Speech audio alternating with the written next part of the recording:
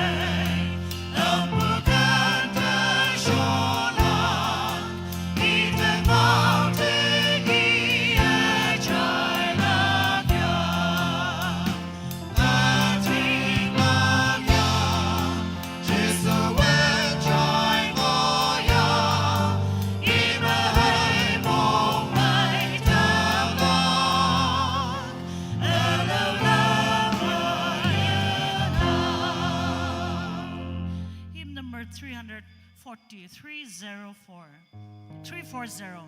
Oh Hajalana Hemlokto. Oh, for 1,000 tongues to sing. Mulan episode na mengama. Ilang pacham siya yung maloka.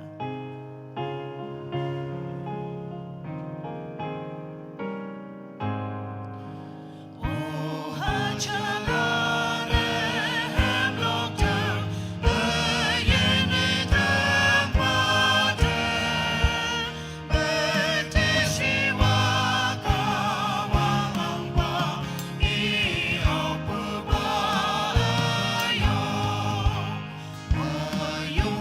God.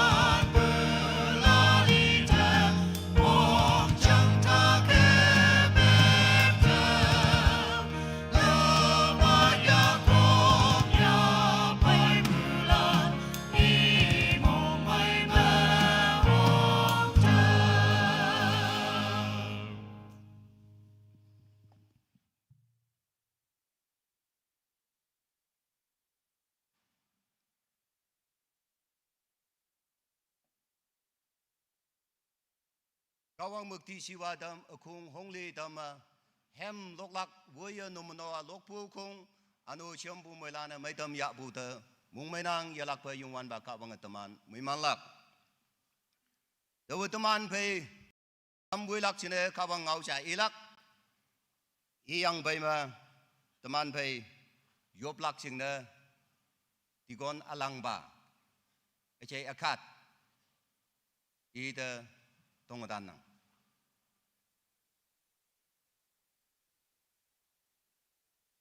Yung wan ba kumching kak wang nang hadawe yaha ala panang yung wan ba ngawe tambulan na ating laklak wang nang yuwang yung we bulan de gonhei ngau panang yung wan ba ngau kum lana ating hayang au yen na tolan nyeng ma ya mong chang ma mong mai nang yung wan ba pabu ngau lana kakshunang hayang kan mong de sa yaha muk panang atau kabang ngau yoblak sinai bak panang kawang di yogening wang dang mangopo oba nang min achao hanang nang angjing pai kai wang dang mahang ngoya pai tau kia kebi siam jing yu khim jing mong ma nang mong hanang tini tomane chona pailak tai dim asai me yungwan ba kawang nang achao yaha angan mong om kai akung wei ba ma oya cha phe ma cha se nam manoa wei taiwan de achao yaha kawang kai angan mong wei tampha oyan ne hemlok lak jing ne tim ya pa ya bai Towa lai hem, kawang meti siwa dama, lokalai bukaya, muhe mantau lang na, lokalai balan pio kawang na omkai. Anyo, kawang ngau, ya pai lak jing na, timma pai bu nang sau san ba. Lo ngopu, kawang pungau, tamahan nok lak jing na, iye mai mo wong nang bufai, ya ha meo meang ha bufai, achao ngau i Judai me e juban mahana tampa. Ayang iye lip tambu kawang ngau. Jayang muhe mantau yalang ne. Tini hadau me jimpu nang kadalan au yen au sin. Yo ya fan me. Yo ayen nang yak ta fan fa. Saranda ne meng yang in nyai bu fai payang unagi. Moy lan. Kawang ngau jai lak jine. Kan jabu mong de. Wang sim pai Asia in nyaya so janga kawang ngau chai na tamha kawang ngau chai bu kaya moi lana moi he mau akim yenang bu yaha angan ha ying wong tawe yang lak jina se kawang nang ngawe ta wai bu ngofau se hatau ba tai dim kawang panang yak ta fan fa chona pai tai be nang mu wong ala sip si yue Nazaret Jisu Christ amin me yop wai Taulan asem upa nang monga iyo. Amen.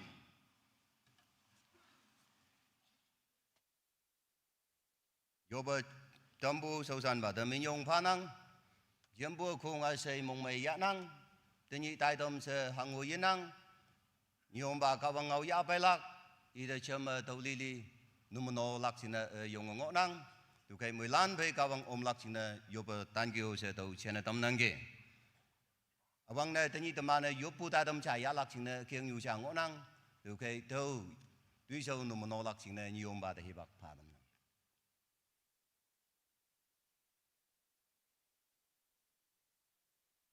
Teman pai doma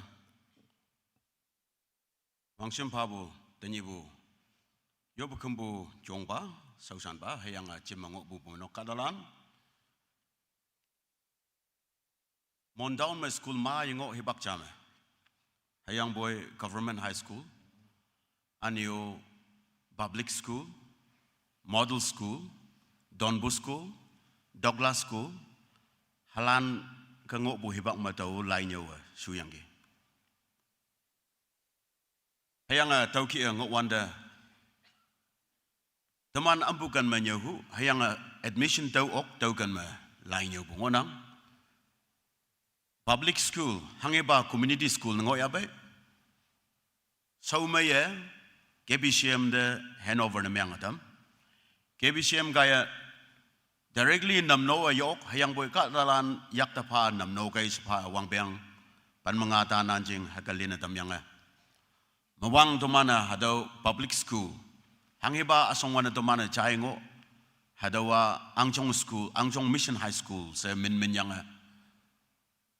pumainok min pa tamyang hayang pumainok tening madang 2026 madang ya ha sa mission na namno lak jing sa ya yeng onang Oyen ocean na yopu ma may dam ya lagi mong may tainang. Tau kema school mabu ngonang hayang boy mabu yome. Asong wanda public school si bu ma nyau bulan. Wang biang jia ni jia hayang mabu wang biang nyau ya. Kelas hang si nyau ya bioy. Hadaulan cha mangi hunang. Tau class 7 and 8 public school. Sengok bu sa Angjong mission school ngonang hadau ma nyau yang gi. Tau pay manaksi class 8 Nagaland board school board exam nango yang atau resolve ya yang government high school the window with the admission pa bu yung mong may hadau ki school yenang bu hibak ma admission the bid bu hibak ma nyobu tau ki Oyen Ocean public school se min bu hibak ma pa Jelan New Malan hadau school de napcha chi ya bu wangbyang chi ya bu class sang sin jing na pay digi Jing may lam linga ito mana sa akin namang lak jina, jam yung lak jina sa tong nang. Yung du, maango nang. Ano yung ya? Public school, si ibu me. Ano yung sa Angjong school, si Chele ibu, tau jing na Angjong school me, youth executive lan ngok lak, youth lan ngok lak sa nang. Tau ka Angjong school me, nyaw bulan, hadaw mo bulan no mano yung lak jina sa tong nang. Yung gay Angjong school men chenyo yang bailam okay Angjong school nyo bulan mabu temana hado Angjong school menyobu hayang mission high school Angjong mission high school nyobu ani public school sengok wanda nyobu teman pai longmailan ma ngonang ani now silan ngonang hayang tinyi hado school Pangyua school yang ma se nyau wang sibu hado tuman yak tapa yeng ona. Tau jene bumainok sochinga namno dala. Thank you naman sotke. Tau dokta ngok kolak tenyi ayub nokta pay bulan na yong bungonang. Ye pay bu public school menyau yang pailan aniu ma ngok kolak se tainang.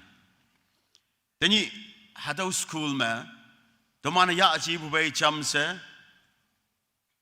teachers lan Imanda appointment pumanok so chingkay payang ge aniu allow pa ya yang ge ngok bulan da pa yang tau kami iman jing ne yup pu hibak yala hayang hadu skula tamana 100% sa aji hayang bo okoma 200-300% nuhoy wong payang pumainok sawi ko da buy dala mission na take up na myang nang tau jing ne hada mataman fai Teachers landa yup pu hibak cha phalak jene gai si ngonang chingmai lam linga tau wanda cha pai mun cha sai nyek pu serial ki pai lak jene sa tong nang taman fai mankam headmaster nang pai ge ia taman fai MA hayang P8 so yang pai ngonang hayang taman fai Angjong mission school headmaster ngonang satwang coordinator Ia PU science hoyang pai maths hay science hang hiu taut anang ba yung confident bay nyobu most experienced teacher ngonang angap wangsa Ratna graduate ngipli BA graduate teacher lan min inang ngap yao BA graduate Leia, BCom graduate. Yang Hee, BSc graduate. Michael, MA graduate. Wang Ye MA Sobu. Angam BA. Nhui Mai MA. Hai Pi Ying BA. Ngam Kha BA. Mani MA.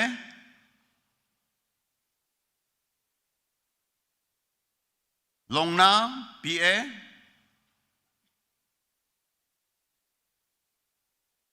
Tana Pei Yok Bu Kia. Hai Ngam MA.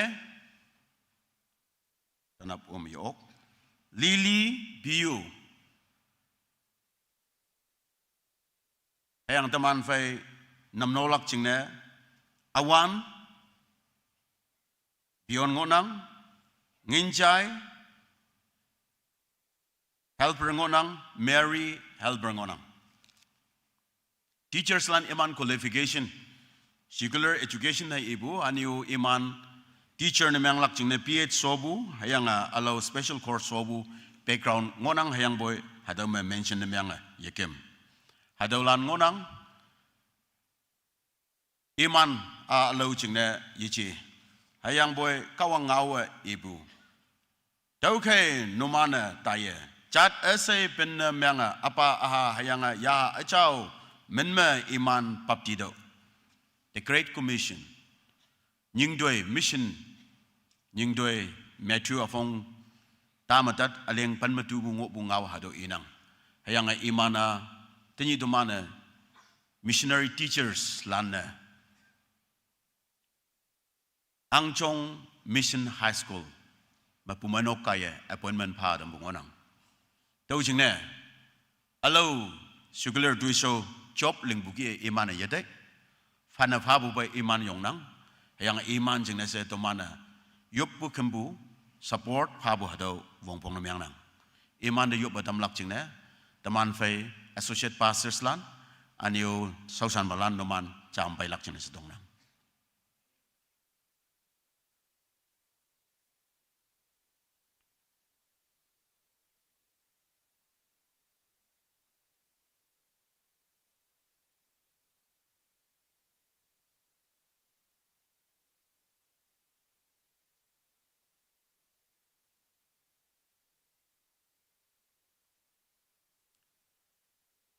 hayang sa teman fai dama teachers hayang boy missionary teachers lan ngonang iman na halana au hi religion ji abu iman nyaunang hayang boy Jisu Krista sengbu machong adam lak hayang holistic education iman tau pai nam nolak ngonang dekam teachers lan no mano sagi nemyang nail down nemyang lak jina setong nang pang halan to mano cham yong ha Angchong Mission High School teachers lan hayang school kawang yak te semadama teman jam se yupu bagya yoba haleluya ciao ba ada ba yang ba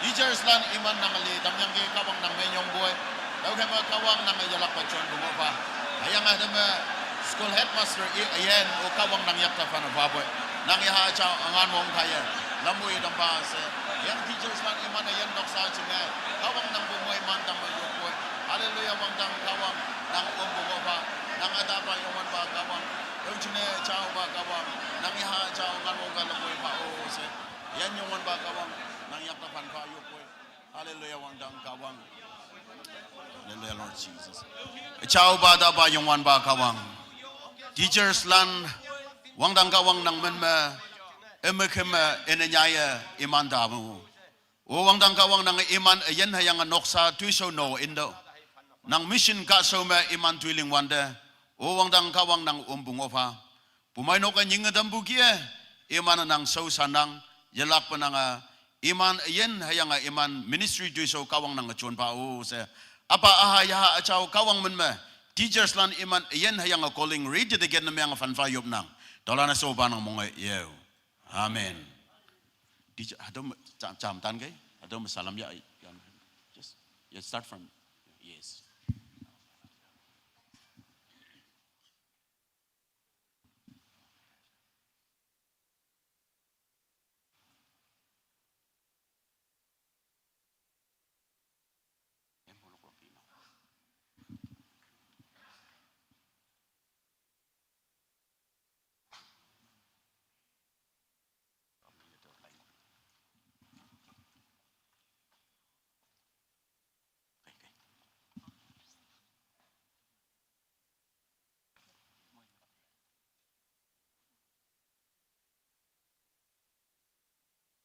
Teachers lan imamu hem meja yalak pacailak.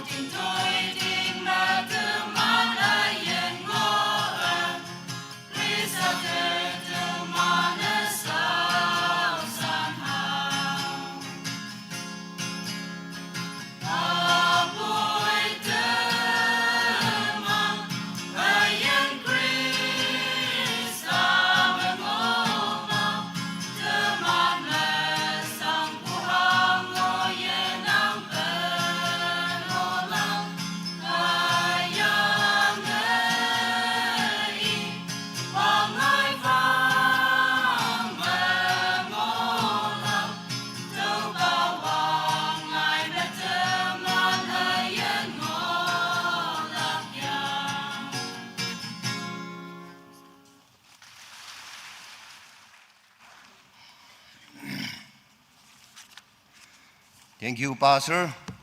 Yopu numno waya yopatampu may damya po muilan kawang taman muy manlak hema may ya apay po nyaraw chenawlan numan tuiso kada de yechi ngen de yechi nang tuiso mayungwan ba kawang nang tengau pankalak yokai panapa po pay inanyay po pay mission school may tuiling sosan kayo sa yalak pa chana tamnang mula na yopu matay siya mangolak ano taman hem cha chay ha Jingai wat New Yonglan de hibak panangge.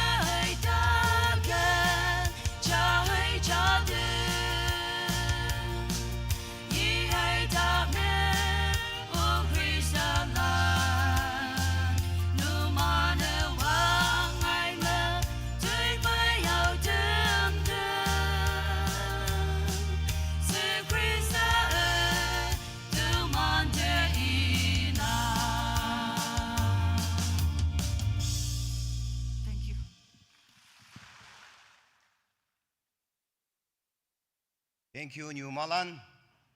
Kung mong may yanang kawang numan anyay wangwi may mantam si. Yalak anu pay mulok kayo sa jana damnang. Libu yum sing mahem yulok lak.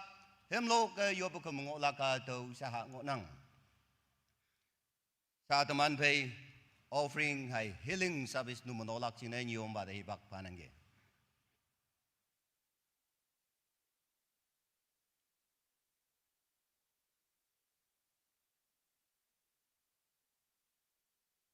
Kawalahem tutu muwok aling tat mahakangonang Psalms number 96 verse 8 me. Yongwan ba mikti shiwa yilodo. Tobu ya hayanga I konyoide bagay. Ada kawangau. Teman ya baibu tobu nam nolak jinese sausan balan hebagep. Hymn number 385. 385.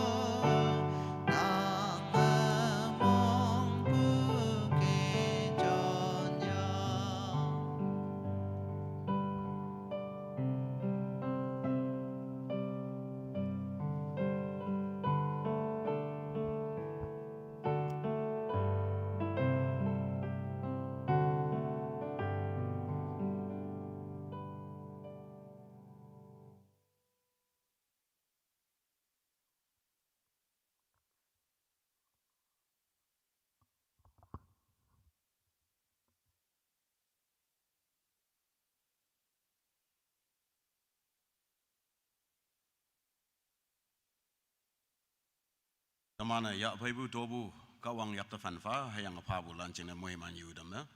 Teman pe dikon bajai pon pa de yoblak cina sidong na.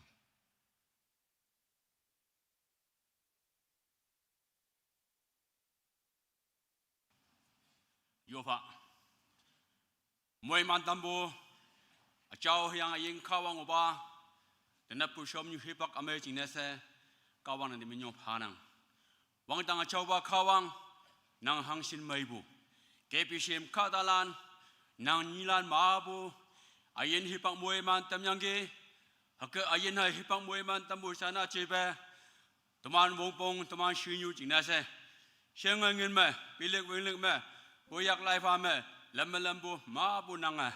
Mueman tamyangge.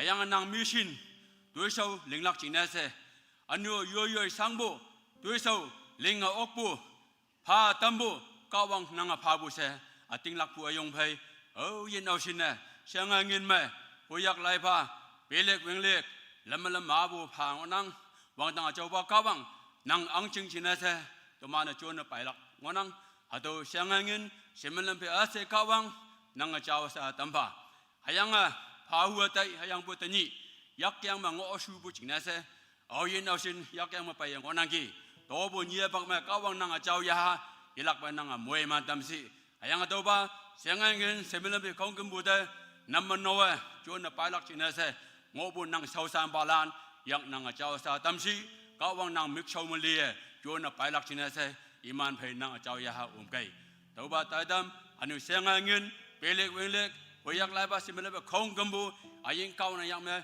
xem mà tâm mẹ châu sa tâm mẹ su Christ tâm yêu bùi tàu lan su ba năng mong ấy yo amen.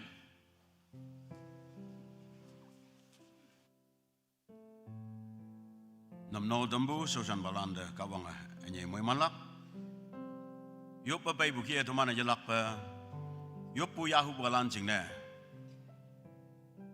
Heto hibak yalak. Tak ada ngok bulan jing ne.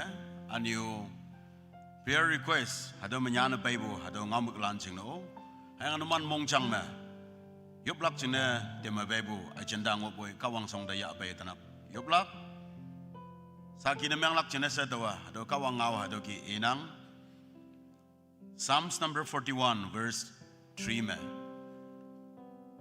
Ope iman taklakay, yongwan bawa iman da chamlak.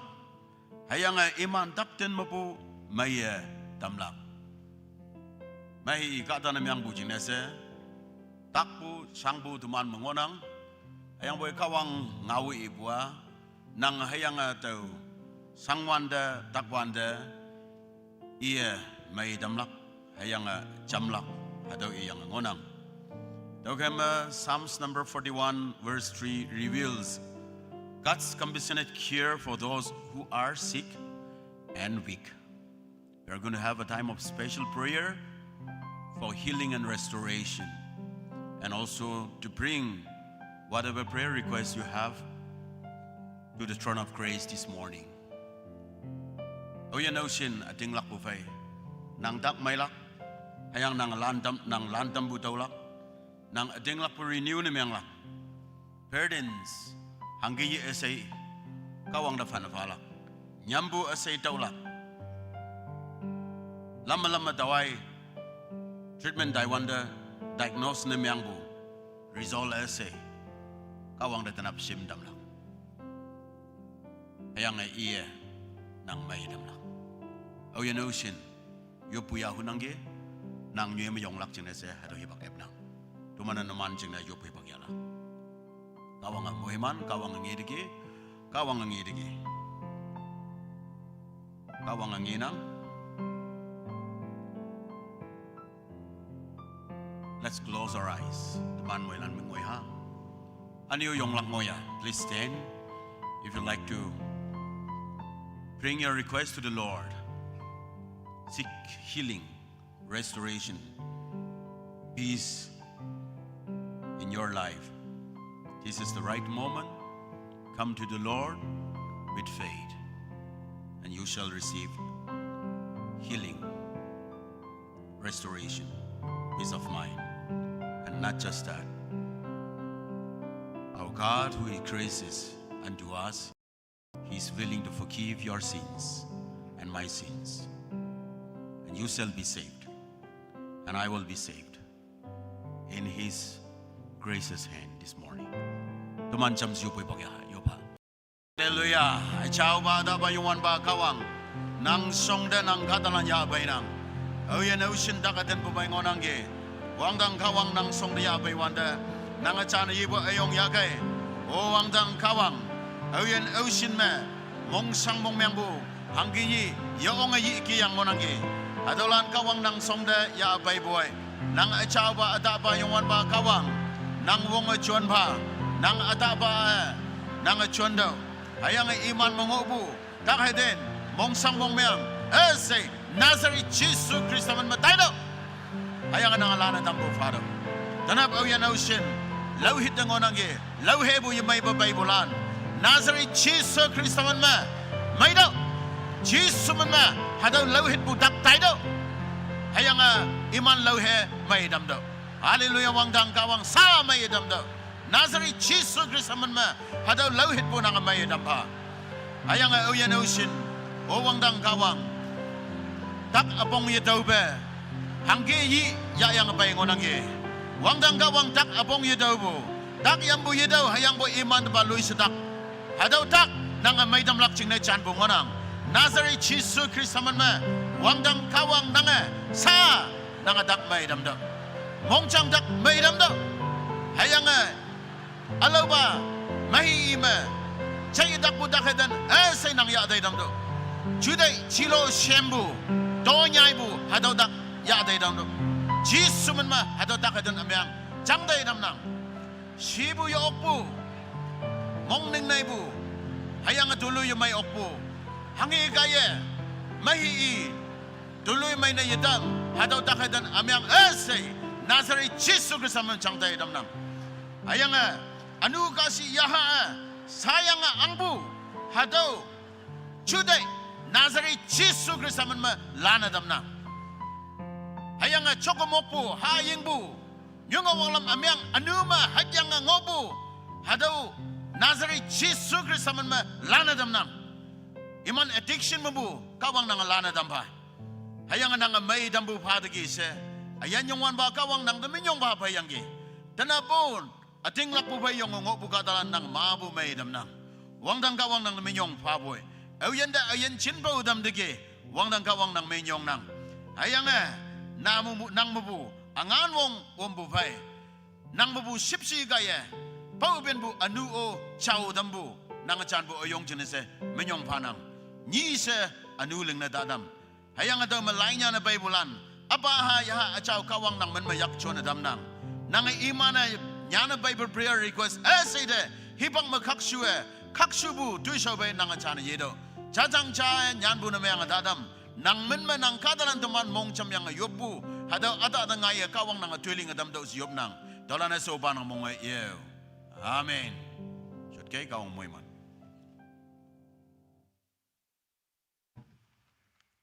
Isi bu nyomba sausan balan achau tui chong mai num no bu de khung men ma minyong phanang yalak pa pha bu ma yob khom bu ma ayan tui do bu ma taman mai dam ya bu muilan kawang ba ya klak se mung hum ha anu taman hem mai cha chai ha yan da dai bu khung hibak ju yang nang iman de bak phanang ge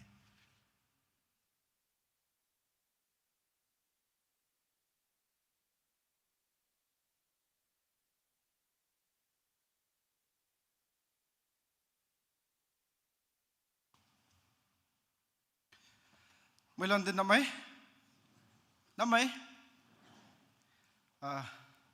Jinde wong simpabu teman pe tinyibu soching wiba ane reverend yumba tikon soching ane sausan yubalan youth pastor moyanga wisberes ane soko winyu moyanga soko hung ane cembu kunyak Christian pangyuhalan aside mongmayanang sa tuman sa tumayong butumana bumay nokke nyinga yop yanga sone taibukie longting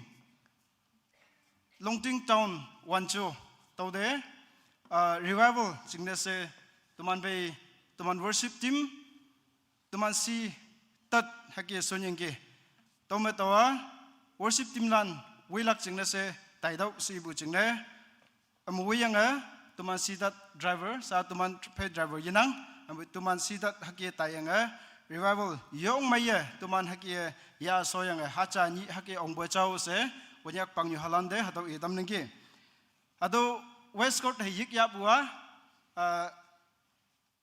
iman phabu hado hingho hado de pon ya bu yino ne ya bu hado kunyak yu hade hado iman phabu hado numan da hawlak jingnese hakie sau yang ngai bo chau se ngai yang olak ching sa do akhung da do i tam nang ki ane Longting Town Wanchu Baptist Church mebu Krisaya yang salam ngaulan pumainokte ngautam sio sibu hatau hilak be ngautam nangge ane imano sa yupnok wilak jingna siyonga imano haki ngonang tau jingna tau yupnok wilak jingna sio tumande yup pekembume campau sibu ngaulan o haki pongdam nang ane sa tuman hem jalok atau hindi hem ngonang siung ba taman muilane singnang Arunachal Chajai de Kemgoma Hindia imane siong selok pucingne tuman itu Hindi hema haki temya ngonang jauh se sa tuman loklak hemu haki tam nangge. Thank you.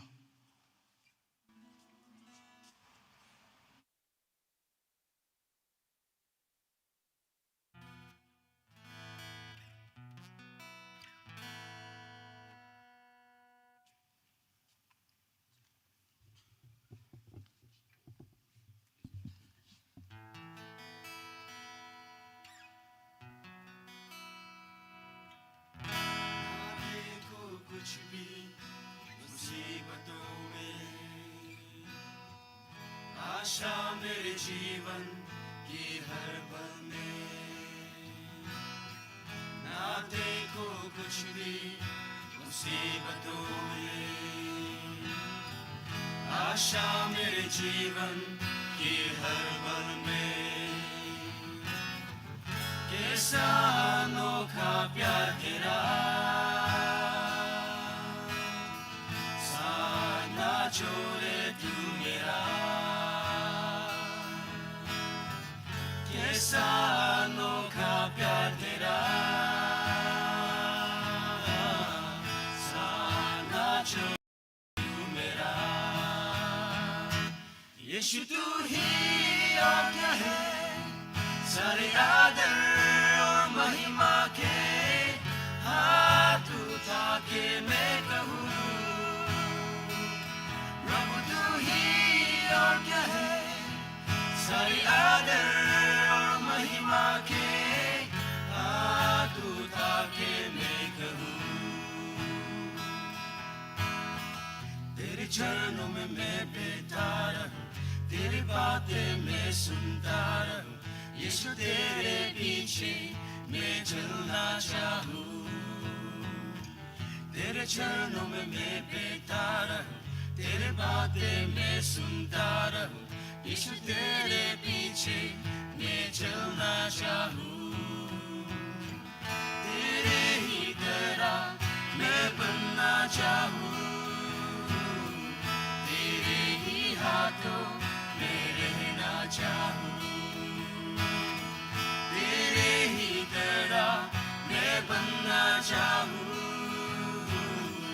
तेरे ही हाथों यीशु तू ही और क्या है सारी आदर और महिमा के हाथ उठा के मैं कहूँ प्रभु तू ही और क्या है सारी आदर और महिमा के हाथ उठा के मैं कहूँ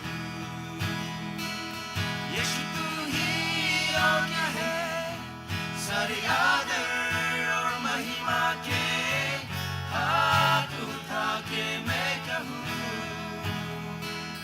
प्रभु तू ही और क्या है सारी आदर और महिमा के हाथ उठा के मैं कहूँ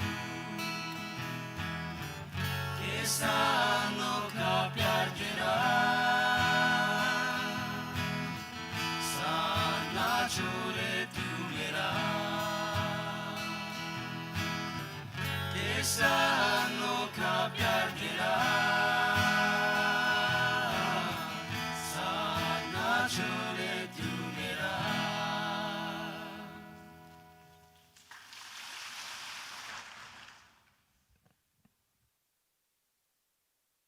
Thank you.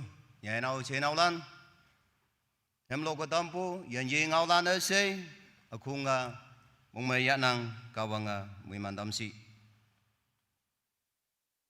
Có nhiều bà thơ, y bây giờ mà tầm anh ở khung em trả lộc cả, minute nhì mong mày vang đằng em trả tầm anh lộc cả. Hem number 447, 447 Hado hema hajapal time loku nang yang boy hado hem lok lak teman di bak wang yang olak. Yukai hado hem hado wang dang hem ngonang. There is a happy land by Tilico Melody. Hado wang dang hem lok lak sing ne. Yu chu dai mong chang de chuan yang a. Ka wang de pan pa ka wang de lei yang a teman hado hem lok lak. Yukai hem number 447. Eba tau kama teman so yang lok lak adawa. So yang a jom saloka.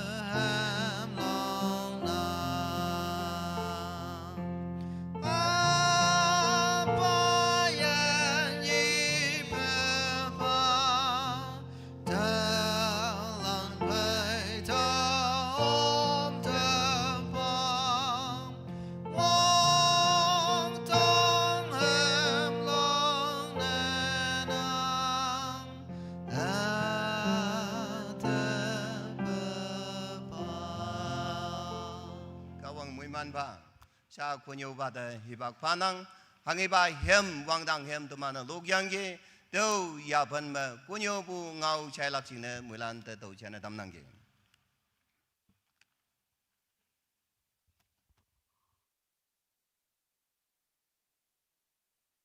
Kibishe members lan Dr. Power Oyen Ocean yen kem oyong bulan.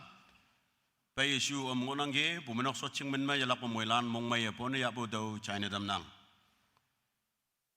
We are privileged to have our members in Christ coming from Aizol. I'm told they are being seated up here in Kellery.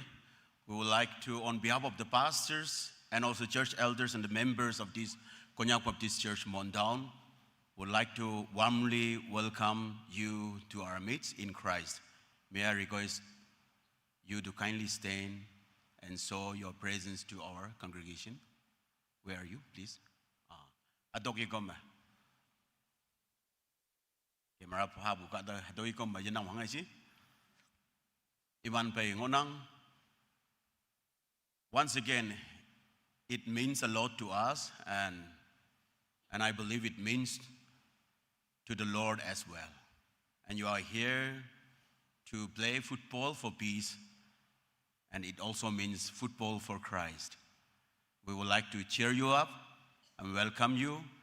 you and also the Aizol FC 11 and also Mon FC 11. Shall we cheer them up with a round of applause? Yeah, please be seated. Iman teman pepe ngonang hayang imana pangting me date 2 p.m. Hado me Mon Village Ground me wonlak ngonang tau jingne hado me laina ong bu oklak aniu iman de temana heki yin ba upa ya bu manlak yo bukem bu macam lak jene tau damnang. Teman taidam ma pang bu jingne se Book of Acts mengau Bible hado de lai ye ya ok pa hibak atanja tin digi. Hayang at tinap hadaw ki alaw taidam yanang wanda Book of Acts chapter 17 the lai hunang. Let us turn to Book of Acts 17 verses 1 to 9.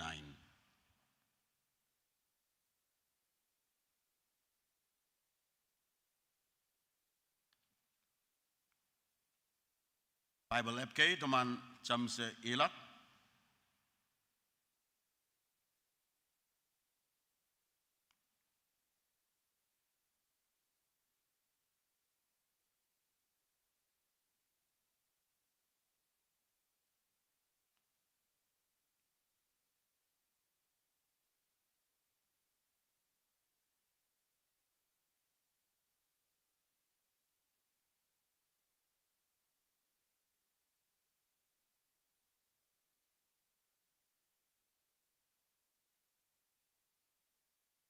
Kada adam Bible ya bepai gema tau mungu buda ulai bu oklak hayang bu Bible ya apai bulana Bible de lailak hadau mo hobu kai se aniu Bible ya ya bai gema ya mai lakhe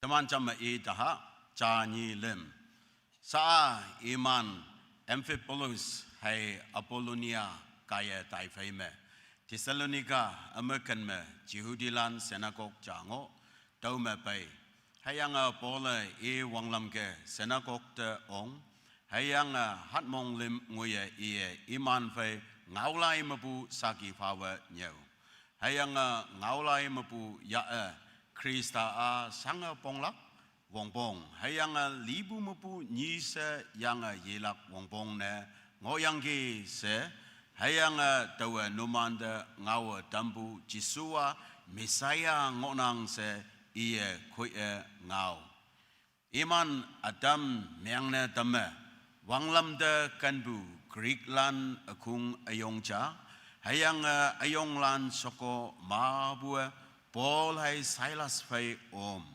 hayang boy Jehudi lana miktak jokpa amyang lan adam sai chim akung chana myang yang jingnu mop ngai ne tam hayang jason nok seme ka talan tang de iman we bailak jingne yam hayang boy obe iman yadau iman jason hayang jehenaulan adam jingnu wanglam lambalan tang de soye baye ingwana Oyen ka dok nyu lai kai na tam iman tau me o paye ngonang.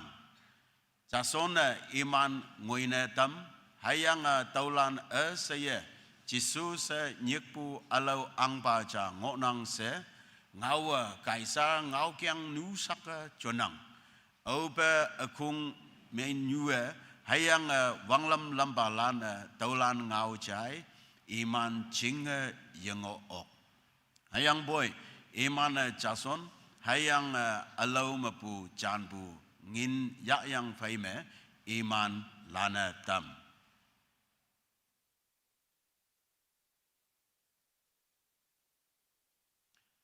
adama ya fanyang kadong you like adam turning the world upside down Thessalonica ma pungau amay tebu angan wong the power of the gospel in Thessalonica. Kamana singnang the book of Acts physician Luke, Dr. Luke, hayang iya anu evangelist, hayang Paul pay gombani ne myangbu, kada cha nyanbu lai sa singnang.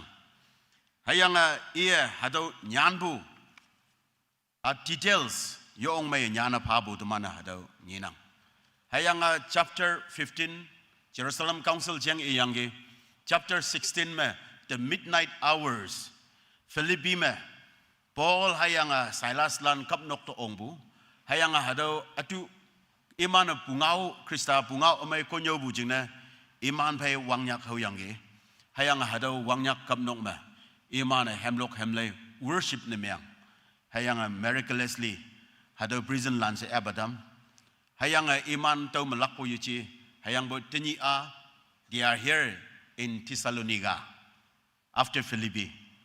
They met the Philippi world upside down and now they are here, the same group, praising God, testifying the name of Jesus in Thessalonica. Kenapa teman ibu ngau mereka tahu nyenang.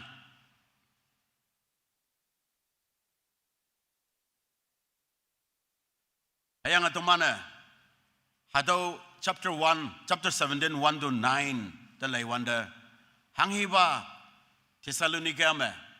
Jisu Krista pungau ame nyobu hayang hadau ngauting ba Krista me. Hadau de jane yebu gaya. Neutral believers ni jengo. Hayang boy tik panna. Tawa Krista jing sigma Krista jing. Yiji sigma yiji.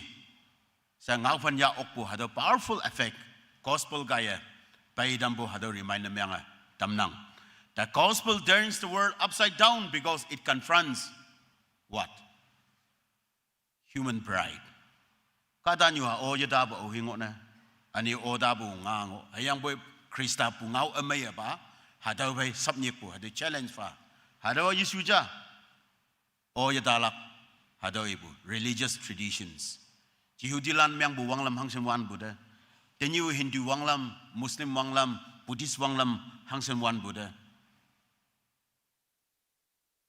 Hayang boy hado myang bu wanglam. Hado yoongo wan bu. Hado traditions. Hado ye myang lak, ye pan lak, ye tau lak. Sibu hayang boy. Hado konyaka doktor pay bu ki Hado Jisu Krista pungawa anio Philippi de anio Thessalonica de pay bu daw nginang. Sinful lifestyles. Anu nyungo wanglam. Hado bay hokongay bu. Hado Krista pungaw amay. Political loyalties. Chamba kung sa wanglam. Iman winjalak. Iman pang mangolak. Obligation. Obedience. Hado bodogal follow na miyang bu. Lama-lama bungo ng political party me. Hayang iman pang mangolak. Iman ngaw jalak. Active members. Lama-lama ngo bu. Hayang bo hado pay. Hok ngay bu, hadaw bay challenge na miyang ngay bu, gospel pungaw. Hayang personal identities. Nangunang tawunaw, tinok ko tinok. Hayang yuyo wanglam, yuyo nyungo, yuyo nyingay si ibu, hadaw yafan. Yuyo de wanli yuyo kadana ngo bu, hayang boy, hadaw bay challenge na miyang bu, gospel pungaw, ngayang ki. Hayang taw gaya, hadaw gospel pungaw repentance. Hadaw kadong new wanglam taibu hadaw kongko mo monglip hayang Jisu Krista sa tayo ating lak mabu tay ngo wanda hey mabu yijija jahay the only one way hayang hadaw Jisu Krista nang faith ating lakbo im ang lak mong hayang hadaw Krista pungaw ambukan mechia biyoy preach faithfully hadaw nginang and your lives are transformed. And you ambukan me ngauting dating iya kaksu konyo hayang atau kaya ayen chele bu ngai dam hatau kan me and hado Krista pu ngau pai pu mainok po labu opposition hado chindengai nang hayang atau ki tanyi teman ka dong mongo sunok ani India mongona hayang ka dong akan fi me ngonang hayang boy Krista pungao kaksubu konyo bu kaya life ayen ma chailebu hado transformation ya painang the same gospel that disturbed Thessalonica still disturbs the world today tani Christian land tisna persecute na myang buwa hangne hado Jisu Krista pungao konyo bukan ma kadalan mat hadau cayang hadau pai du wui daya anu asuk me akan me hadau mop jopu ngai dambu hadau disturbances ngai bu hadau apanglak hadau yisulak sa hat bible da ating yalakpu gospel da ating yalakpu tau jingna imana ating yalak tau buda ating lak bulana maya ating lak daiwanda ating yalak bulan jingna hadau yu ongbu sangsi ngonang. Number chama, the gospel must be proclaimed. Pungaw amaya, kunyaw lak bongbong. Tau kama Paul, hayang Silas, hayang Timothy lana. Imana sing buhay sa kapayaang. Hayang boy imana, chaki bahuya. Kamnong mabungayang o. Sang habang busat mat po mago mayang o. They continue to preach the gospel. Adong inang. Hayang iman o konyo ngalay buwan, not just emotional way of dealing with people. Hayang boy with reason, along with them, opening the scripture, explaining them, proving that Christ had suffered and rise again from the dead. Imana hadaw ngaw muklan, yung mong pabu pay, atang mahay. Kadalan da yo nai lak jena ngau bu achibe hayang boy yo ong lu dan ngau bu chama yiji hayang boy 3 sapats hat nyu lim konyo ngolai bu hadau teman nginang. Verse 2 may reason with them from the scriptures. Hang hi may reason na myang bu imana alo political topic pay alo pay fun lama bu activities pay imana ya apay bu yiji hayang boy tinyibu historical account book of Acts lay wonder they open the scripture iman reason na they based from the scripture lying ngau mapu sagi pawanyo sa hadaw ninang. The Greek word used daligomai meaning to discuss. That means to have dialogue. If it is a dialogue, 2 ways, right?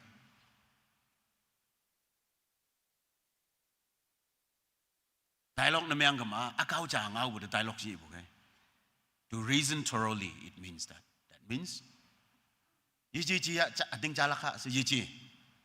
Hayang boy, chiya si yung may apong daw yang ating lakpo.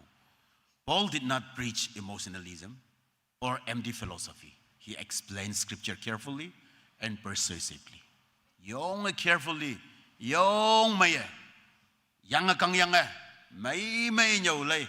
Hayang nyaw lay daw buda hadaw jiya laka yaok ya na hingay hak su bu jing ne si bu ki nyaw day bu jang ibu ngonang bungaw me ko nyaw bu si wanda atok me engwan bu ji chi be yo ong ataw ki nyai bu jang hayang explaining hadaw nginang dayon no goy ko inyaw nyaw bu si ilak na teman ngaw mu English mo bu hadaw root word Greek word to ye wanda yang berteman ngau baya yisunok yang Bible ngopu ngau mi kisap tay ito na inang to open completely atam machaw ang yang atam hay nyawlay dambu ajiba wayak pa na Bible ngo may scripture ngo pa hadaw yang open the scripture so people could understand God's truth lola kan yanang tumana taw chang ko nyobu hadaw ngo nang hadaw sa nyawlay dambu pol madaw ngo yang proving.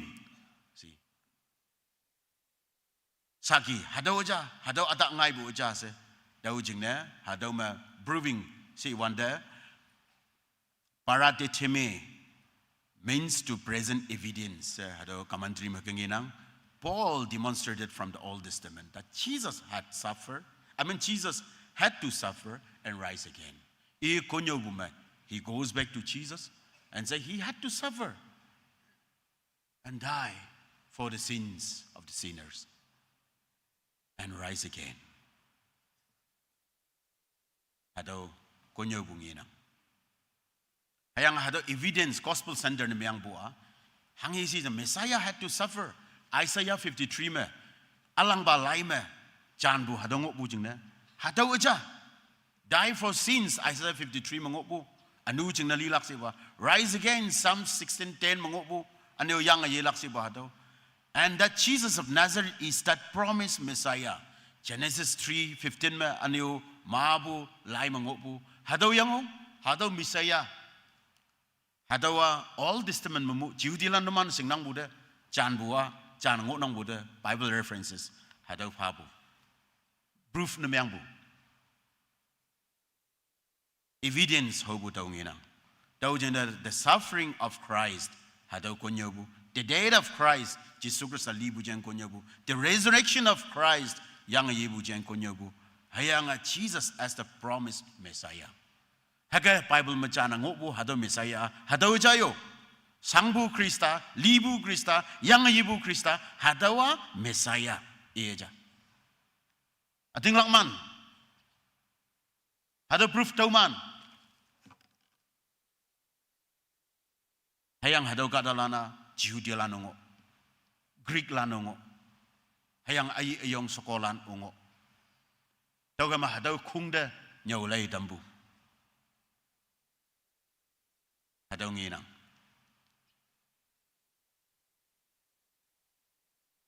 Tau kama Paul konyong oleh budalai wanda inyobu kongkumba scripture ma rooted hadau nyobu nang Christ centered empowered by the Holy Spirit. Tau dokter ya jauh angan wong imu yang alo nyobu yujibe Bible de le yang konyobu tau jeng nginang.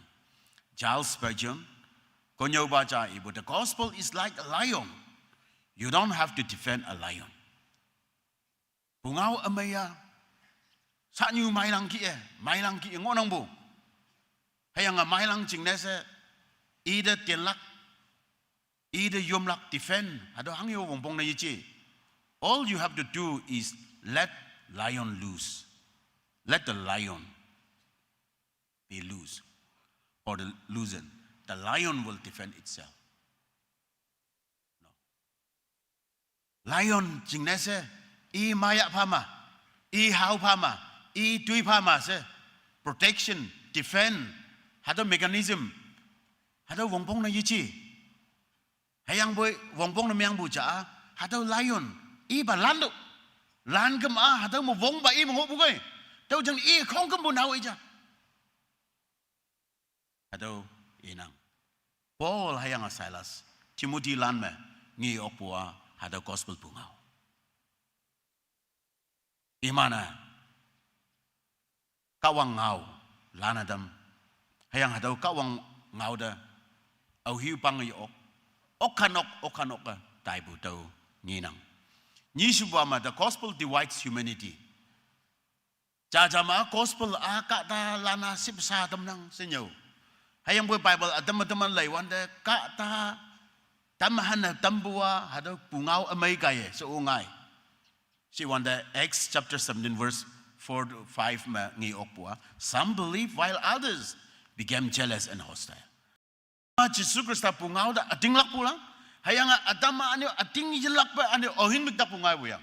Tau jina category ni kada ni na tam mengai bua. Hadau pungau ame cayang pa me tam mengai. Verse 4 believed ating lak pu miang bu. May ating lak yang miang bu tau di ibu ngonang. Greek word mo baitho hadong inang carries the idea of being persuaded to trust fully. Damana nyaw label ma hado persuasion hado ngoya besi. Kata na nyaw hinyaw bu na miya nga ma yahay oklak na yahay yalak na sa paybu yavan ma nyaw lay dambu. Mong daong nga chak mong daong nga. Heki nyaw lay dambu heki ating lakpu miyang bu chang inang.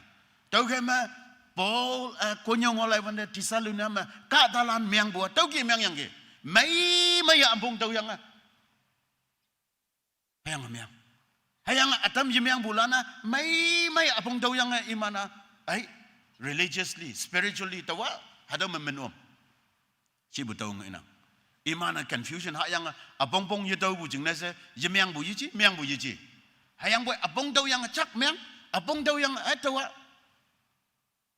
Min miang, so Jisu reject na miang bu, tau ngina. So genuine faith involves surrender and confidence in Christ. Heki ating lakpu, may apong tawa ating lak kama, kada ja lan se surrender na miang nang buyang. Hayang hadaw kada mong yung matay bu, awu tiyan yo. Verse 5 jealous, miktak po nginang. Hayang zelo, Greek ngau ma to burn with envy or zeal. Au hing miktak puah teman mong chang ma van luang bu kia luang nang boyang hayang hatau kia luang bu hatau miktak pu kada ngayang gi Krista pu ngau amei chai bulan meang so de bu Krista ne meang de bu yemeang bulan a hatau tu show hayang ministry de au hing miktak puah van luang bu kia mong chang ma tau ki ngai bu. Religious leaders were more concerned about losing influence than seeking truth. Ada religious leaders lan jama jidulan iman meang Bible tradition custom wanglam kongkem bu ma iman o soching dau ngo bu kai hatau jingna se imana hatau yama tamlang ngau ding ba yam bu ne meang ka ma Jesu Krista pai de welak Paul hayang Silas lan nyo bu ya sabu hayang bu iman ngau ya atai bu ne meang ka ma teman soching amalak yang o teman meang bu wanglam ma anyo Yesu lak yang o mak lak yang o setai bu jingna se ngau ding ba yichi hayang boy iman soching malak ngo bu jing na hado concern ne myang bu tamana religious leaders lan mu tau nginang. Gospel always produces one of two responses. So one is repentance and faith. Ating lakpu hayang among lipu hado cha bunga umay konya wanda ni sibu ba rejection and hostility like those Jews and non-Jews who opposed to Silas and Paul and many other disciples. Our Krista punga may proclaim the man by Hawanda Menya Yichailak Sa Ibu Yichi Hayang Boy Yang Pay Yong Buddha Ngo Pay Yong Buddha Satamat Buddha Kap Nok Tahan Buddha Inglang Sang Pandam Buddha. So Hado Kungja Haga Ngai Hangai Punga Omede and Akungja repentance and faith. Ating Lakpu Hayanga anumabu monglipu hadau ngai damnang. Domana uhiba kung ombay daw ting ating lakpo domana monglipu ba kung hadau omnang sa ating lakman. Jesus himself declared, "Daw to nothing that I came to bring peace on earth. I did not come to bring peace, but a sword." Matthew 10:34 mangupu ngawa sa ating among da ongnang. Dawan numandang da chingmay ya apay bo ni yemyang hayang boy. I did not come to bring peace but a sword. Atau yang lau ya pai nang bu. Dogan may yemyang bu pa chay naulan tambu yang lau atau gospel. Atau ki bu cha tamanang inang. The gospel divides because it exposes sin. Anu sunyak bu jingna iya yu myang nangai bu kai and demands allegiance to Christ. Krista pai de wo ha welak yichi ka ma ka dong yu pai. Si wanda hanggi bu kai noksan chi abo nyin dang nangai bu kai chat ne chi abo nyin dang nangai bu hado division a gospel kai ya bai bu power hado idam nang. John Mark author hado nyan bu ma the gospel does not merely make bad people better, it makes dead people alive. Ma bu ma teman konyo ngolai da wanda kada lana jinga kada amai ne semai bu kada na myang atam lak jene se wende saya bungau amai ya hakachon bu teman hake ungina.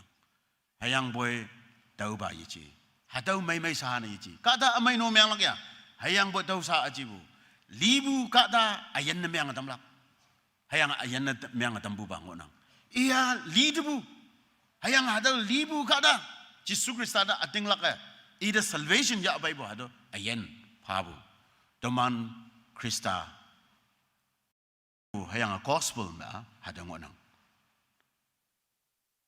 Not merely making bad people, a bad person better, but the gospel makes any dead person alive. Had power, had a gospel. Thessalonica mahuyangki. The issue in Thessalonica was not intellectual confusion. Ham yu iyangi. Imana saja ada konyo balana apong pong yitaw konyo bujingna confuse hayang ngobu ba kung ba yiji. Hayang Jesu Krista jiya bu tau jing na yiji hayang bo spiritual resistance imana yaha me yemyang hu bude yaha ka danan yemyang hu bude Jesu Krista pai de yebo hu bu hada ngo yang ge tau jing na hangsen nyau ya bu hangsen ngau ya bu au sing bu teman kandex mo ngok la ka du kandex mo ngok la hayang boy konyo balan teman konyo ngole wan ba ka dalan apong jitau lak na confusion apong pong yitau be bu ba nyau lak pa Paul nyau lay bu tu suru lay wanda tau ki bo approach and methodology sa teman ngi yo Thirdly, the gospel challenges early kingdoms. Ka dong nyu ma ang ching ma ngo nang buyang. Hayang hado ang ching lan de hayang ang ching lan pai sap nyik pu. Challenge ni myang bua Krista pu ngau amai hado nginang. Verse 6-7 ma. The accusation against Paul was verse 6 ma. These who have turned the world upside down have come here too. Au yan na ka dong nyu lai ka ya tam verse 6 ngo bu iman a tau ma o pai ngonang. Hado menyi alaukan Filipi no. Hado ma iman chuwan lai ka idambu downside up na myang adam mo.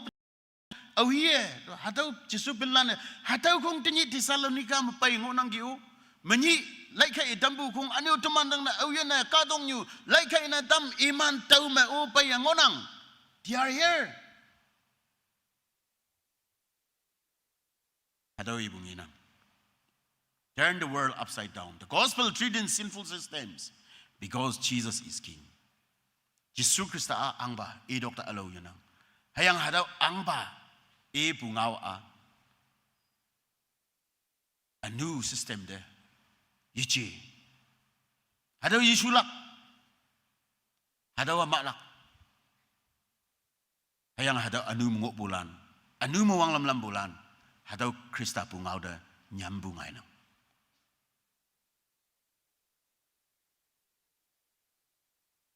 The gospel, the early Christians were accused of proclaiming another King Jesus.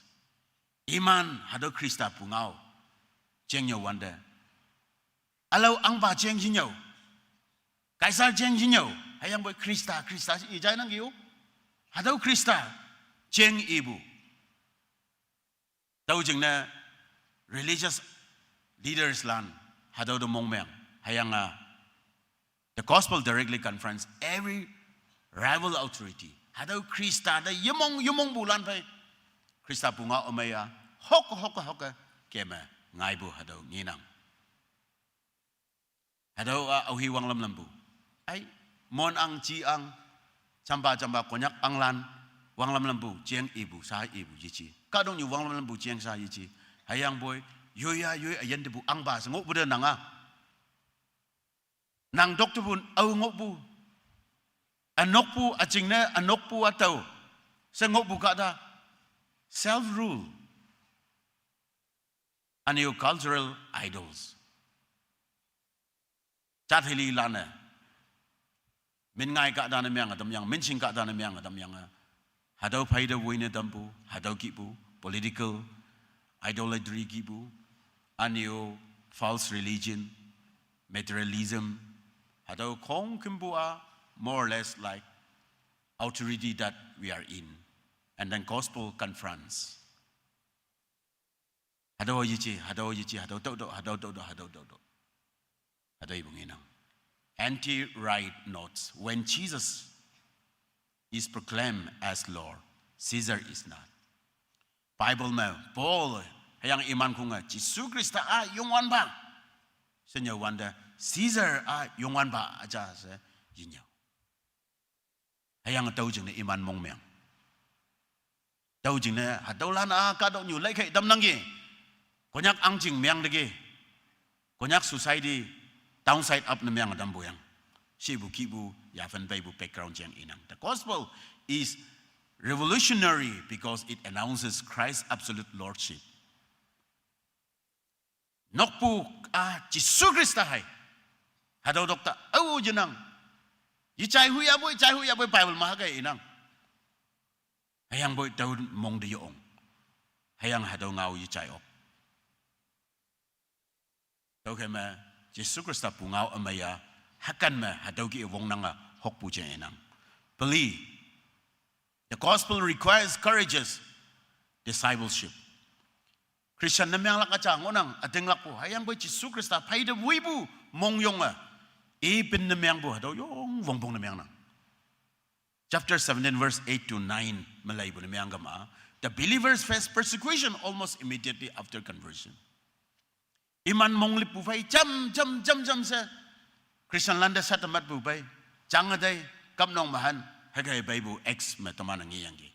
The cause of following Christ hayang imana Yesus Kristus ada may apong daw yang konyo bala na may nyaw lay dambu jing nesa ating lak hayang iman hadaw Kristus winlak chansa yanang hadaw winlay maa tuilak siya boy tuiba kamnok na siya boy ay changya boy tayo siya ay tayo paning hadaw ngayang so Yesus Kristus ada weibu pai da weibu yung tau kan mal taiwan da paiwan bu hangsin paiwan ya bu imana yeto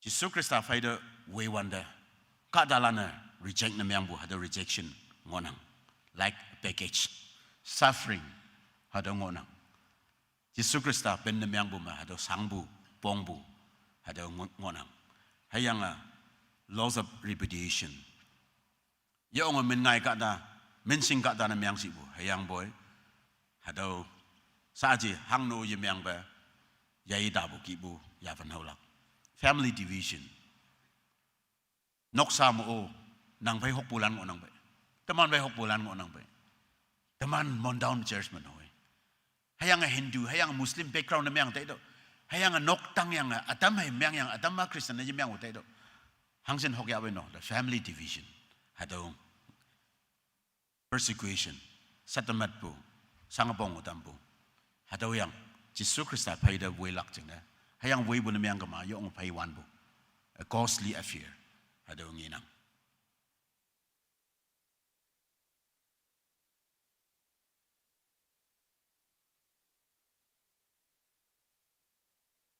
hayang boy ating lak po katalan kong kimpo mong chonga au hiu katong nyu dole ye ba ngobu temana book of Acts matemana nginang Dietrich Bonhoeffer, German scholar, when Christ calls a man, he bids him come and die.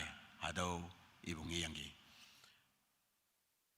Ibu me Yesus Kristus nyek wanda, invite na myang wanda. Jing na deny na myang fana fa lilak ya fan me nyek pujiang. Deny yourself, take up your cross, deny yourself and follow me. Sibu hado nginang.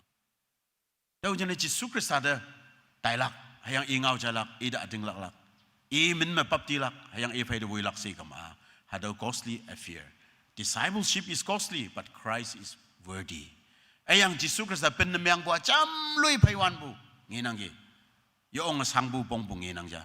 Hayang bu Yesus Kristus aniu imay bu, imu bu mohiman, wang ngoy bu, yasan yaling onang uda. Tahu jeng nasa hadaw yasan yalibu Kristus. You win. Jadi hadaw Yesus Kristus pungau kaya. Kadong you downside up, upside down na myang tampu nginang. And I believe hadaw kaya. Joko nga ngobu hadaw addictions, chain broken. Hadaw myang tampu hadaw jailay tampu taw nginang. Families myang day ngobu hadaw resto na myang buha hadaw upside down na myang tampu yang myang ngobu de lengayi buha anu jailay tampu kay.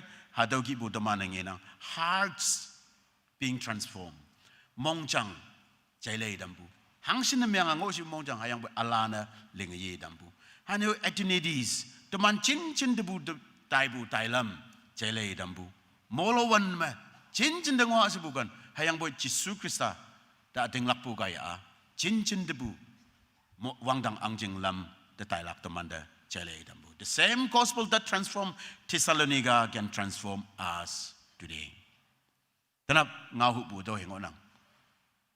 Hangiba bungau amay kaya Thessalonica jailay na dam downside up na myang adam hadaw gospel hadaw bungau tanap KBCM members lan hayang our neighborhood Nagaland jailay na dambu oklak. Kimna the gospel is not advice to people suggesting that they lift themselves. It is power. It lifts them up. Ado marden na ibua. Bungaw amaya winesay bungaw. Tau kaya naman ninda naman yavan no inbu. Tau baba yichi jayo. Hayang boy, it is a power. It is power. Hadaw angan wong nang. Hayang hadaw angan wong naman no inbu. Nangayang daw tumaning yung no inlak jing nese konyo ngolay bu pungaw amay yichi hayang ba pungaw amay ma angan wong ngonang hayang hadaw angan wong ninok dinok no inang hadaw kaya upside down or downside up. Hayang right action, right tuiso kaya teman. Sisawide nyek inlak. Let Christ reorder your priorities, reshape your desires, and reign over every area of your life. Teman nyek puwa clear. The invitation is open. The time is now. And let the gospel turn your world upside down so Christ can set your life right side up. Hangiba kakshu bungo. Hadaba ya feman nang hayang nino. Kawang no inlak bunga ome no inlak. Hadaw bunga ome jing na teman ayen. Fanapabu ayen jane yalak bungo. Kawang au chay bo sede muhiman.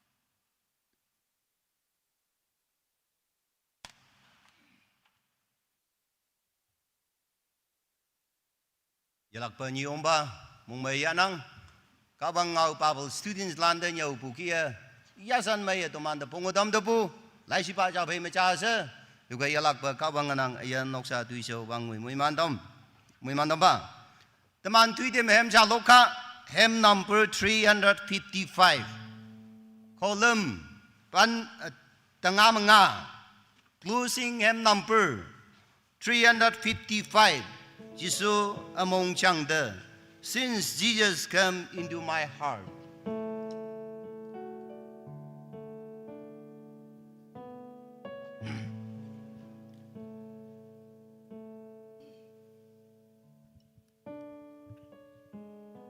Hymn number 355. Ebedok mamulan chom se yong let us all rise up.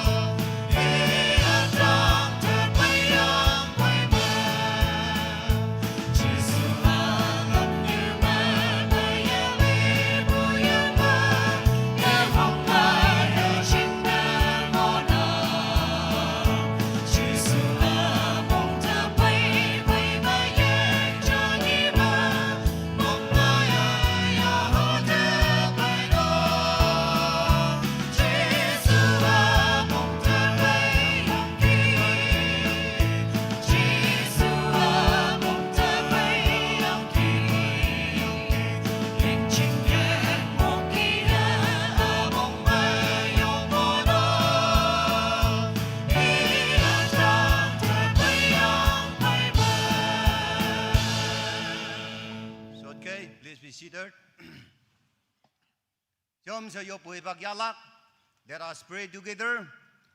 Let me tell you some prayer point. Let us pray for our brothers, Azur team. Once again, we welcome you and thank you so much for your presence here. Iman tuisaw taitam hayang montum lanchina yopu matamana chemlak, and let us pray for coming Sunday, World Environment Day taitam china china yoblak, coming Saturday, Capishan Mission program china yoblak, and let us remember our Nagamis Baptist Church T Town. Imanu tamana taito yoblak, Ayang let us give thanks for successful our service. Mas pray, let us pray. Chăm chỉ yêu pa. Hallelujah, hallelujah. Yan kawang nang sắp chỉ yung. Tuy sâu đại tâm ở xây số ô có bay bộ chân mình yung bay. Dong ngô yan ibag tuy sâu đại tâm yalak pa nang ubang ngui mui man tam pa. Wamangopu aizu team. Ayang au yan eman siapa cemang onang tuy sâu đại tâm cha bay macha sa wang ngui mui man tam si. Coming Sunday ma. World Environment Day chene ta tâm yung tham yang ngopu. Ado ni nyu semai bu ya fan menang ubang ngui mui man tam pa. Ayang abang dang kabang. Adbok ya mission dai tâm ayong num no yang ngonang. Ado lili ma nang umke. Nangami sport teachers ti tamba. Ang adaw bu nang sausanyu. Ayang katalan. Umain mambalan. Esay ayan ibak esay yalak pa nang juanya. Nang sabsi yung nang kan bu yung tumane nang min yung bay. Hallelujah. Yan iba yung wan ba chisu. Siapa chambu kung yoma. Nang sausan ba. Nang mui man dam bu chine nang min yung bay. Nang ngau pong dam do bu. Yalak pa nang may bu siyang pong dam uklang ne. Yan noksa. Ayam nau yum lan. Mui man bu bay shumai bauti kana tampa. Kebi siyam Christian ay chue yung asay. Yalak pa nang awang mui man tampa. Ayan tuloy may mong may benang yomba. Yan ibu tuy sau dai dam. May solen opungit bu chine. Wang dang kawang nang min yung way. Anu hibak may siyama. Hadaw yui yui shuaching yamalay yamanyi. Takatin siyang pong atuhaw na yatamba. Yasahaw na yatamba. Yamay bu wang yak yadaw sa pong na yatamba. Muilan ayan na may mahadaw nyu sing dala e na tamba. Yan ibu siya bu tuy sau shodam bu chine min yung ba. Nang bu muy mana yung yue. Yan iba yungan ba si su Christ ayak na ba na ba yupwe. Ado siya pa nang mongay yaw. Amen.